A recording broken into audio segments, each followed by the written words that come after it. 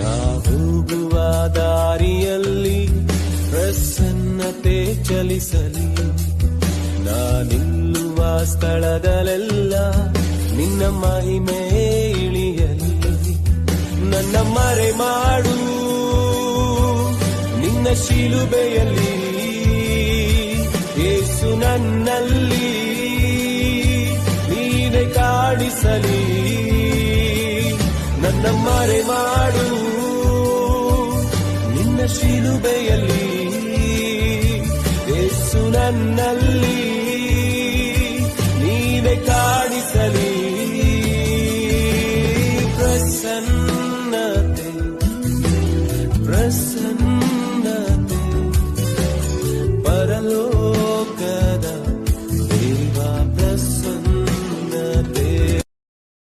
Download ShareChat.